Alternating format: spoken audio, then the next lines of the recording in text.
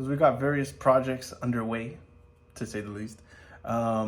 Show you what we got here in this garage, and then at my dad's garage I also have another 66 exactly like this one, plus my El Camino, which is what I've been doing on the suspension if you've seen on my shorts.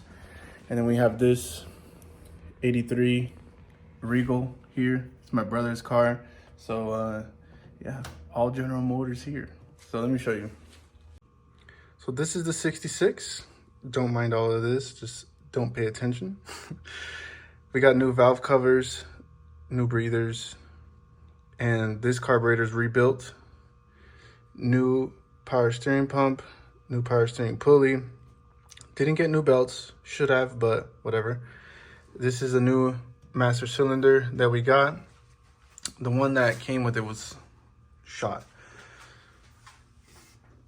Edelbrock carburetor. This guy here had to be rebuilt. When I got this thing was so dirty and clogged, and it was just a nightmare. Car wouldn't even run, wouldn't even turn on. So yeah, it was a disaster.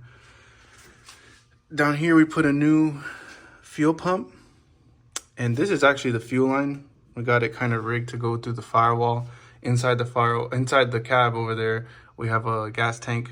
So we just bypassed the fuel tank that was in the truck bed, and it was full of rust. It was so dirty, everything was clogged. So we got this for now. It runs, it drives. So this one here is actually on the road. I'll show you what the inside looks like.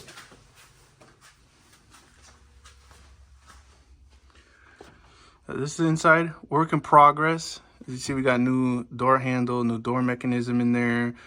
We actually tinted that glass. It's not perfect, but it'll do the job. New seals around, new weather stripping. This door's complete. We got this passenger door here to do next. But everything's from LMC. Everything was pretty cheap. For that door and this door, it was around 500 bucks worth of parts. But she runs and drives. As you can see here, where the fuel tank that I have rigged up here. So that's what we got for now, so far on this guy.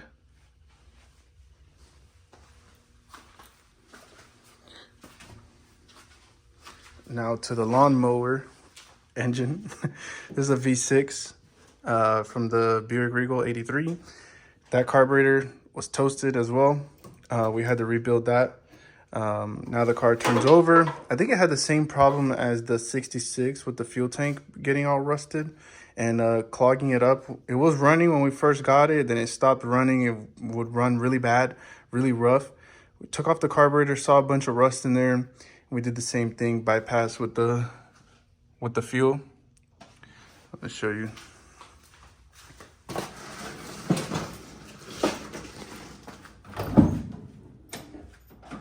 Right here. It's a little ghetto, but hey, it works. It turns over. We're able to move this in and out of the garage. The floors were completely rusted out. We had to cut it all out. This is my brother's project. That's what we got going on for it.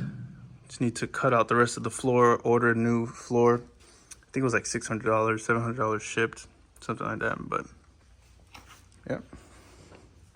And now here we got my 97.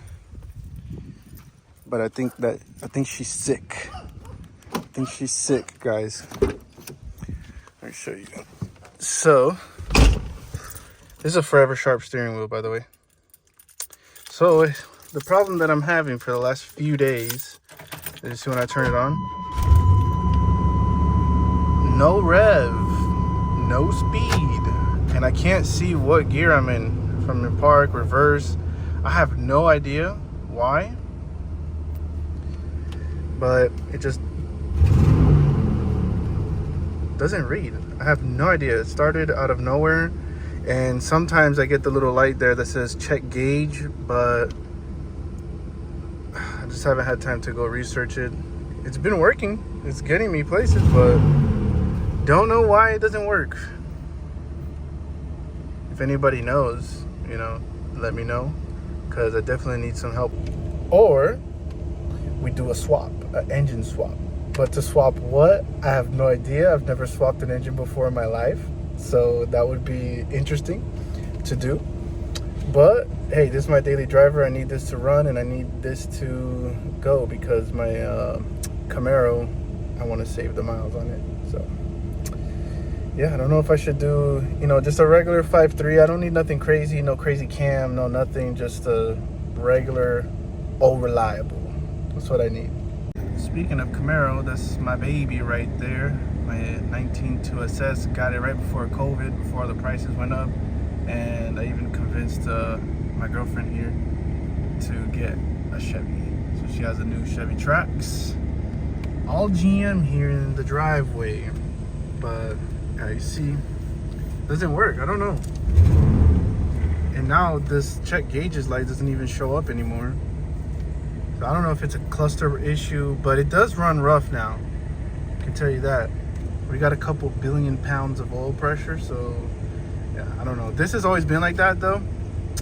So I know it's not this or the oil pressure, because this has always been like that and it's ran fine. You know, as I'm driving, it'll come back down to normal readings, but then once I step on the gas, it comes back up. But I have no idea why this is like this. Almost 300,000 miles on the dash. But yeah, I don't know. I have no idea. And I haven't had the chance to do it either, but the AC works. AC is blowing nice and cold. So here did a complete on the interior on this truck. We got a suede headliner. Painted everything up all nicely. You know, fiberglass the dash. And yeah, it's coming together. Dirty as hell my truck right now, but it's coming together little by little, like everything, right? Door panels.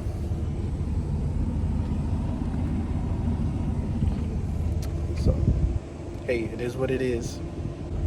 So this truck, my 97, not only am I having this issue with the gauges and it driving really rough, I got some ventilation holes in the truck too.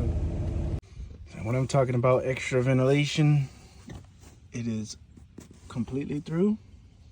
I just slathered on some Bondo here just to kind of block it from temporarily.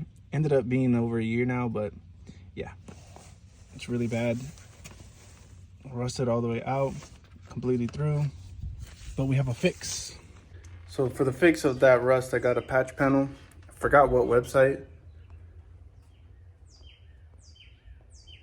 Cut it up to what exactly I needed. I don't need the whole entire piece since it's just that edge. I'm gonna try to weld it in. I've never welded anything, but that's the beauty of having your own project truck, right? And it's gonna be under. So it's gonna be under the carpet. So who cares if it looks good or not? As long as it's sealed and doesn't rust anymore, I think it's a win. El Camino finished the rear suspension. Front suspension is on. I just got to move the sway bar a little forward. It's hitting the steering rack. I don't know what it's called. It's hitting that little piece. So I got to bring the sway bar, front sway bar, a little bit more forward. And I think we just need brakes. Throw a carburetor on there. And she should be on the road. Well, I got to buy wheels and tires. I just bought this tool from Speedway to measure. So let's see how it goes. See if I can use that tool right and not waste some money ordering some shit that doesn't fit. Stay tuned. I hope you guys enjoy. Hope to see all these cars on the road, and yeah, and get it done. Don't be scared to do it yourself.